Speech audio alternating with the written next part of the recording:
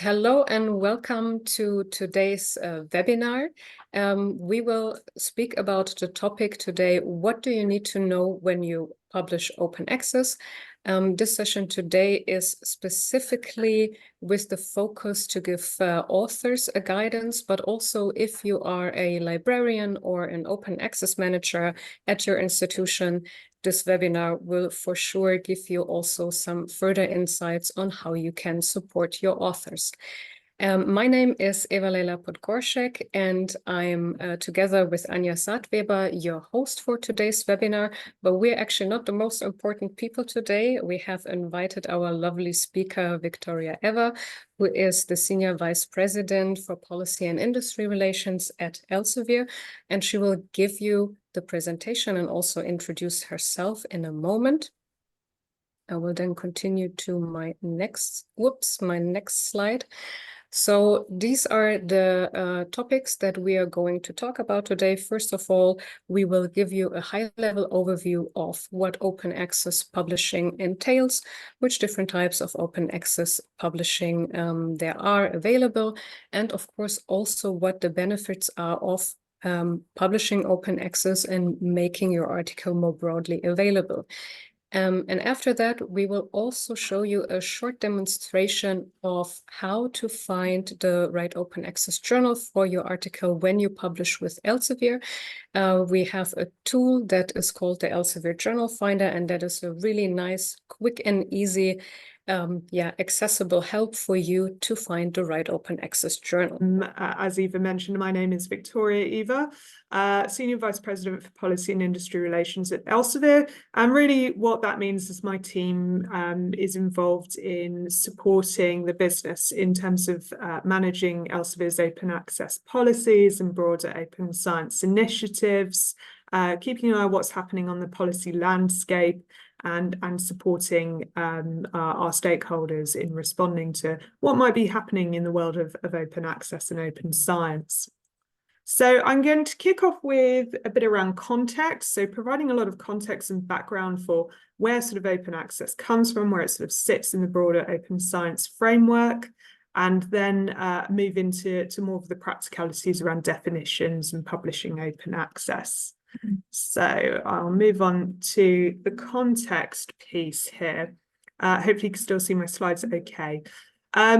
So where does open access really sit in the broader framework of open science? So we do see open science, we've sort of tried to illustrate it here as a kind of house with various pillars supporting it. And open access is actually just one pillar among a few different ones that you can see here that make up this sort of broader framework of what we call open science. And there's lots of different definitions for open science. The way we like to describe it is that it's a way of working that ensures that the research outputs and the way that you work is more inclusive, collaborative, and transparent. And we do believe that by following these kinds of open science related principles, you can drive research performance and absolutely support better research outcomes and benefits to society. So as I said, open access is one pillar of this. And just to give you a very broad brush definition of what we're really talking about when we keep saying open access here, is that we feel that open access really just means free and permanent access to the scholarly research for everybody. That's really just a general sum up of what we mean when we say open access. You can see these other pillars here. We're not going to be going into these today. That could be for another seminar, but we certainly believe that it's important to create and support more open availability of other types of research outputs. For instance, underlying research data absolutely supports reproducibility and repeatability of research. So making open data accessible and available is we feel very important. Transparency can come into things like research evaluation. So having things like open indicators can absolutely help support assessment and ultimately career progression. And we also feel that obviously, if you're making research outputs available publicly, that can absolutely have benefits to wider society. And this can all be underpinned by various tools and software that support openness. So that's a very broad brush overview of open science. To give you a bit more of a flavour of what is actually driving open science and open access, I've listed some of the key stakeholders that you might hear about that are helping sort of drive more of the practices and principles that you see today around open science and open access. So those could be funders, they can be institutions, governments, researchers, readers, and of course publishers as well. And really, we're seeing open access in particular being driven by these stakeholders in different ways. Policies and mandates can figure in this sort of, heavily at times, and that's often driven by funding bodies. They will often set certain requirements in the form of policies or mandates for how research should be made available, and they'll often tie funding to that. Institutions themselves can also set policies, and governments, of course, would have overriding decisions on these at the same time. But institutions would also be very much involved in education and guidance and raising awareness to researchers about how to make research open access and openly available. Of course, publishers play this role as well, that's why I'm sitting here today. But we also provide the kind of infrastructure around supporting open access via journals, tools and platforms that we support. We are seeing open access and open science more broadly figuring more in terms of incentives and evaluation. So open access requirements, for instance, can be tied to reward and recognition and ultimately career progression. And I think that speaks to the fact that we are now seeing openness being sort of broadly represented within culture and values, certainly at the institutional level, in the research ecosystem, but more broadly as well. I think, in the advent of the internet, openness and accessibility of information is almost seen as a given really these days. So I think the open science ecosystem is really reflecting what we're seeing in the broader culture. So hopefully it gives you a little bit of a context for where open science is coming from. Final sort of points around context here. I mentioned policies and mandates on the previous slide. I think it's worth mentioning the fact that we do live in a sort of a very mixed global policy landscape where we have different countries and different regions treating open access very differently when it comes to policy making. You can have regions such as Europe, where there's very clear national open access policies. They're quite similar, a lot of the time focusing on immediate access to research, and that's been born out of various initiatives that we've seen predominantly coming from Europe.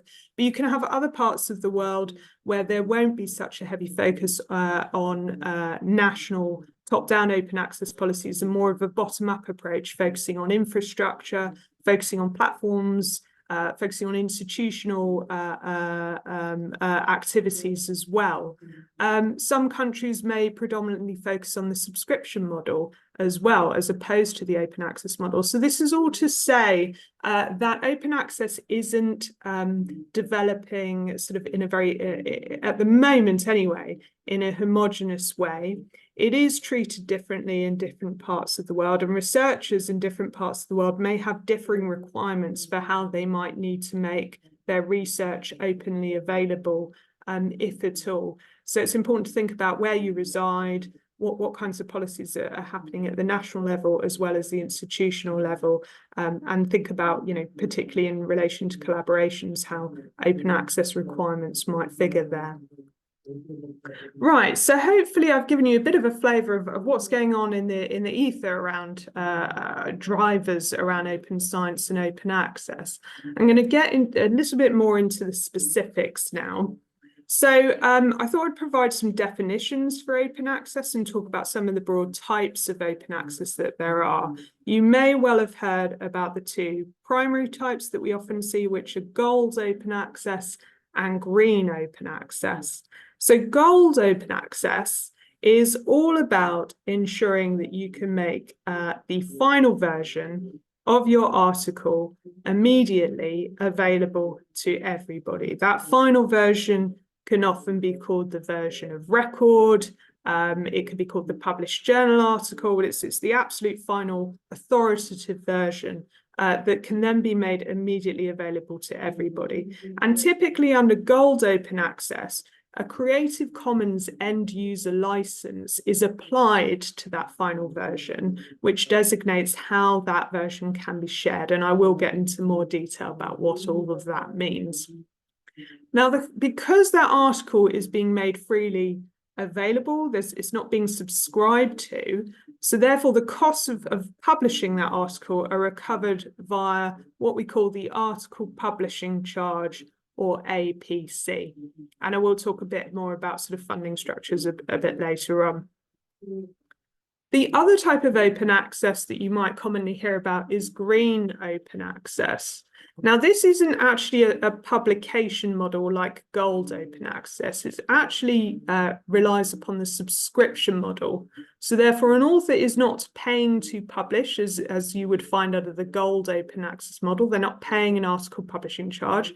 Under the subscription model, researchers are obviously publishing for free, and publishers therefore recoup their costs via subscriptions to an article. However, authors may choose to publish under the subscription model, but may still want to make their article freely available. And under Green Open Access, they are able to do this because they can make a version of that subscription article. It's not the final version like in Gold Open Access, but they can make the version that has been accepted for publication and that has gone through peer review, which we call the accepted manuscript. They can make that freely available after a time delay that we call the embargo period. And then a specific end user license might be applied to that article to designate how it can be shared and reused. And that is the green open access route. So ultimately, it will involve making a subscription article version available typically via self-archiving, so depositing in a repository after an embargo period. There are other types of open access, other types of models that you might have heard about. Diamond, for instance. Diamond is where there is no payment to read or to publish. No article publishing charge, no sort of access costs either.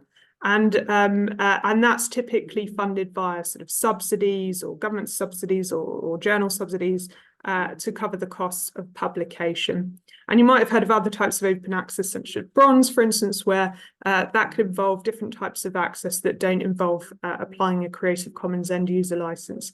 There's a cacophony of colours and precious metals when it comes to describing open access models. I can't go into all of them today, but happy to take questions about them if people do have questions about them.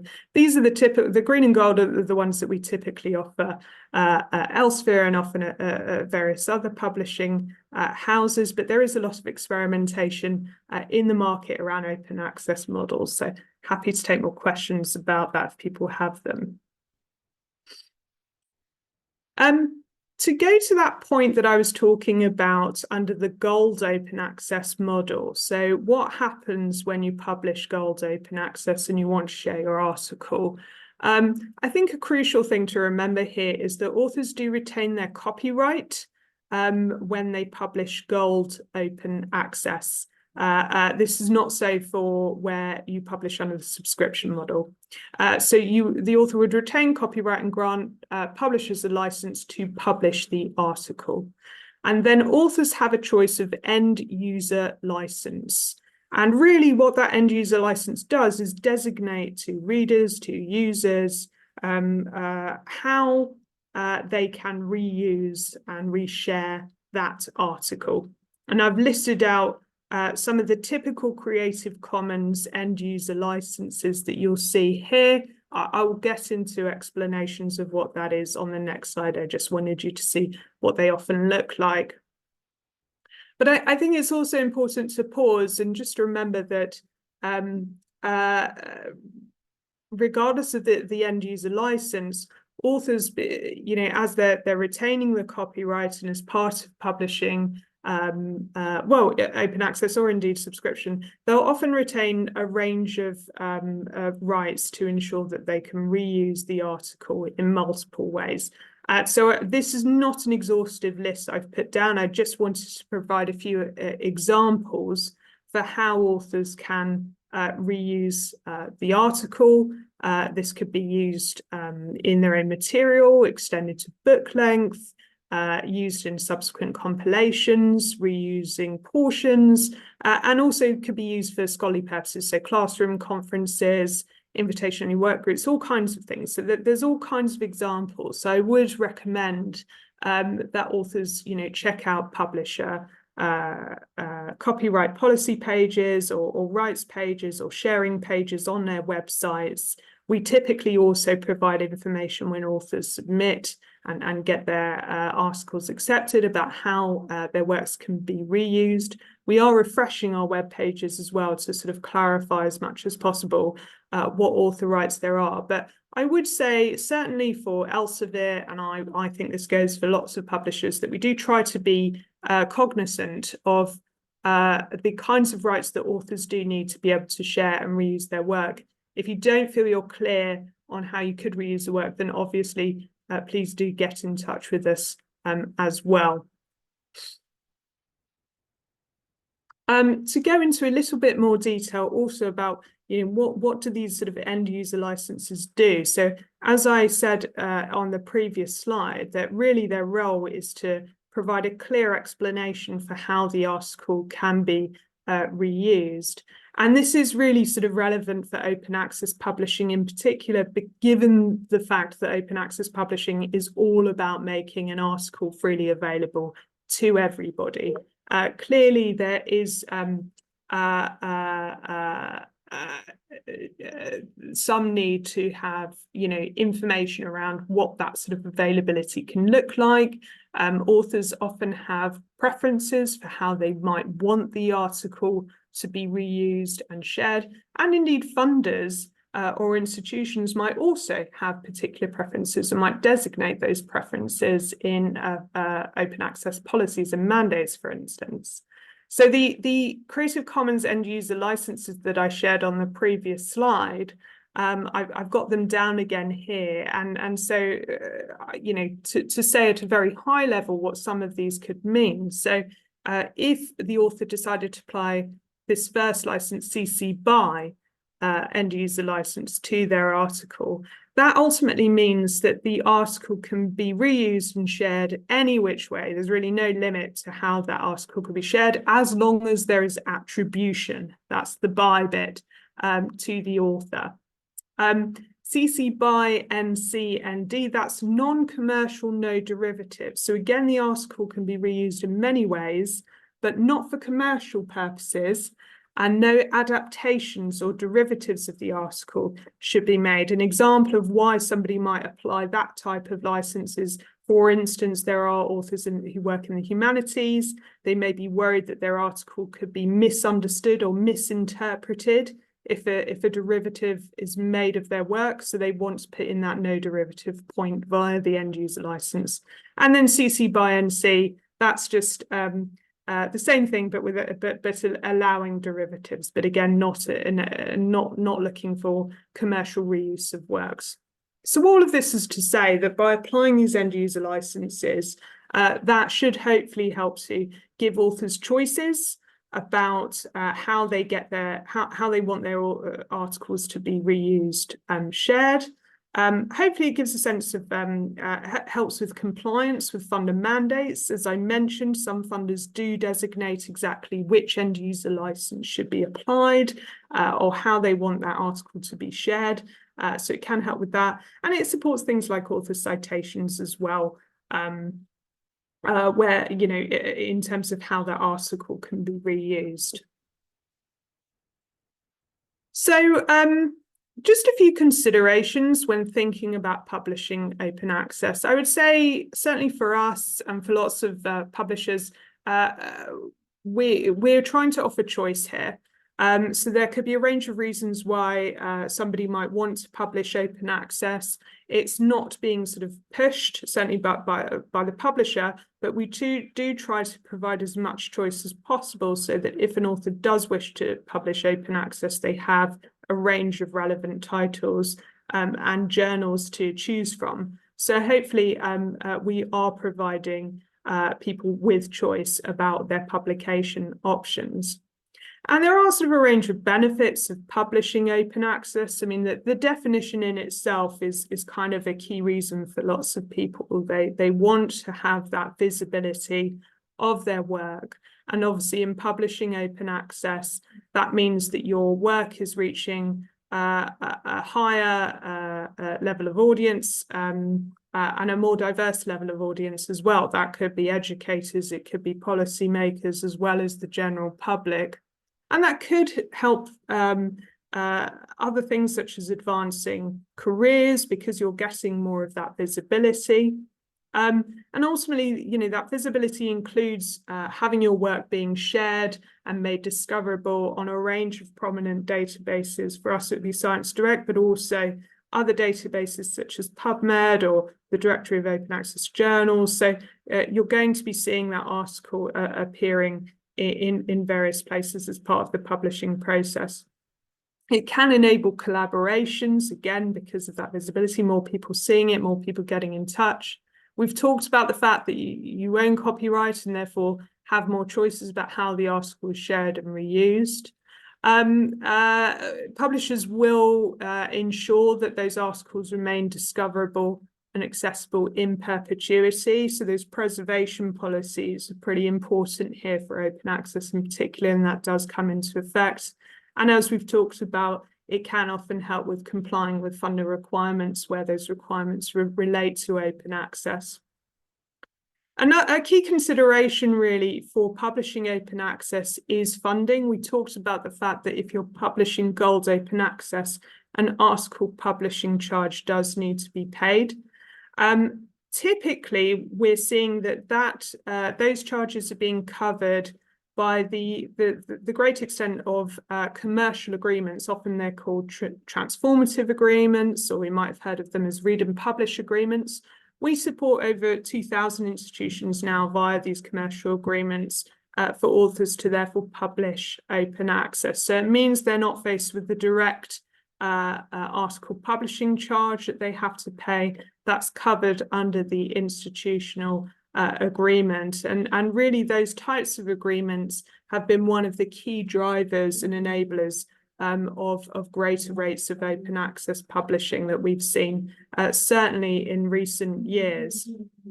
We do understand that there can be issues for certain authors if they are not covered under these types of agreements. So we and certainly other publishers have extensive waiver programs, particularly for authors in the Global South. I believe we waived around 50% of open access articles under these sorts of waiver programs for authors in the Global South. And we are piloting a new mode of paying an APC for authors in the Global South to be able to afford paying that article publishing charge. So we are aware of the fact that funding can be an issue for some. We want open access publishing to be inclusive, so it is something that we continue to work on. You're going to be hearing about Journal Finder in a moment, but you do get the ability to choose your journal.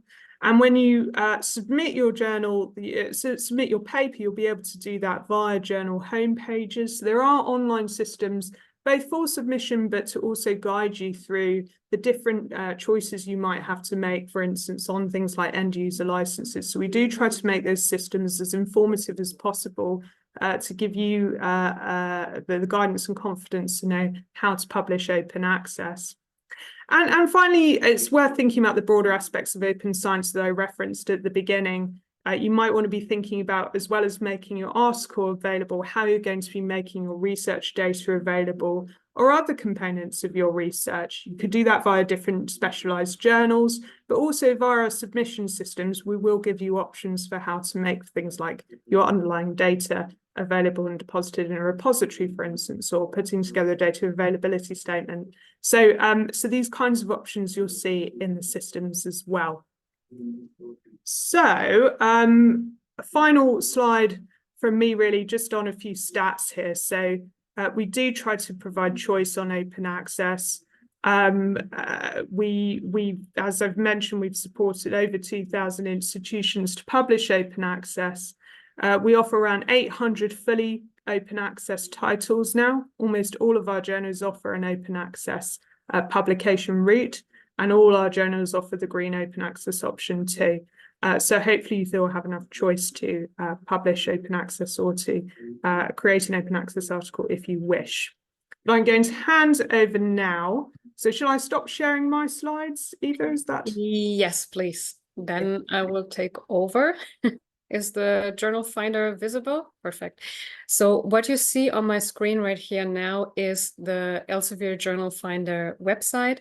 So when, for instance, you are an author of an institution that has a transformative agreement with us, as Tori just explained, this would, for instance, apply to authors in Germany who are covered by the deal agreement, but also authors in Austria or Switzerland who are covered by those transformative agreements in those countries, and you're looking to publish with us in an open access journal, you can just go to the journalfinder.elsevier.com website. And what you will see is this nice little tool that will help you in case you don't have any indication yet of which kind of journal you want to publish in, to find the right journal to place your article in. And how this works is actually very simple. You have here this little box where you can enter your abstract, or alternatively, you could also just search via keywords, or maybe you have the title of a specific journal in mind. You can type it just in here and click on Find Journals. And just to demonstrate it for you, I have prepared here my little research article and my abstract. And what you could do then is you just copy your abstract. You go back to the Journal Finder website, you paste your abstract in here. And then you also see below immediately, check if you're eligible for open access savings. You can click this little link down here, and then you can immediately fill in your institution, so your corresponding or first author institution. Let's say I'm an author, I'm a researcher at the University of Vienna in Germany. I would, for instance, just type in Vienna. As you see, I already get a number of suggestions here. And I say I want to click Friedrich Schiller University, Vienna. I apply this. Let's say I have no other co-authors. I also have no research funding, but if this applied to you, you can also click these little boxes here. You click on Continue. The journal finder, now you can see here my affiliation is saved as Friedrich Schiller University Jena. I click on Find Journals, and then it directs me to the results page. Now you can already see here, it gives you a number of 40 journals that basically match your paper, that match the abstract that we put in here. What you will find here on the left-hand side is then also a little toggle bar. So both open access and subscription are by default enabled, but you could also just say, okay, I actually don't want to see the subscription journals. So you click this little button here. Yeah, it's a bit slow. And then the page reloads and it will only give you the open access journals. And then what you will see here, first of all, I just quickly scroll over it, is the list of journals that basically match your abstract. You always have at the top, of course, like the name of the journal. This little link would then also direct you to the journal homepage, or you just click here on the button, Visit Journal Homepage. This is always recommended because each and every journal, you will also see on the page of that journal a guide for authors, which gives you all sorts of information when you want to submit to a certain journal, what to look out for in the submission process. and a lot of details that you basically have to keep in mind as an author. You can also compare the different journals that the journal finder suggests to you via different journal metrics. For instance, the site score, the impact factor. You will see what the acceptance rate in this journal is. And you also have an indication of the processing time when you have submitted your article. So when is the first decision made up until when can you expect your actual article to be published? And then what you see below is also the typical APC, the article publishing charge that it would cost to publish in this journal. And you have also here a little link that will, if I click this now, so you also get back to this page where it also gives you another bit of information about this particular journal. You see the exact journal policy on Gold Open Access and subscription. Also about the user rights, basically everything that we explained to you already earlier, but here you have it also in more detail so that you can really get yourself accustomed to with that information. And I go back here. You have also the details that you can unfold, and then it should open, hopefully. Let's see.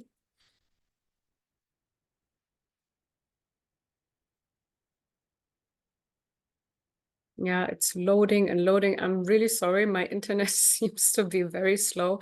Exactly. And then you will see, based on the affiliation information that we typed in before, Friedrich Schiller University of Vienna, and it gives you also the information, do you actually have to pay this APC or not? And as you see here, your institution may pay up to 100% of the APC for corresponding authors who publish open access in this particular journal. And this then applies to the transformative agreements that Tori mentioned. So you as an author actually will not have to worry about that, but it also gives you this information right here. Below that, you find also a lot of other information, just a summary about the specific journal, which subject area it's covered, also recent other articles that you can compare. It gives you also the scope of the journal, of course, which is important if you want to place your article in a specific journal and so on and so forth. And with that, I would actually like to end the demo on the journal finder, and I quickly go back to the presentation just to show you 2 more slides. Now I need to click. So all of the information that we provided to you today, you can also look up again and rewatch and even find more information also on general publishing, how to prepare a manuscript and all of that on the Elsevier Researcher Academy. It's a free website that caters to researchers and authors and gives you nice little tutorials, presentations, and all you need to know about the world of publishing and about getting your manuscript into an actual scientific journal. So I'm just mentioning it here. And yeah, also maybe important, when you do those courses or look at those videos online, you will also get a certificate. So it's not in vain, but it really also gives you a bit of more credibility. And to mention, for all the institutions who take part in the German deal agreement, we have also created a website which is called the Deal Hub. On there, you will find all the webinars that we are doing for the Deal Consortium. Amongst others, this webinar after today will also be on the website together with the presentations and everything. This website is also available in different languages so that you can also switch and find the information then in the language that is most useful to you. And with that, I will also end.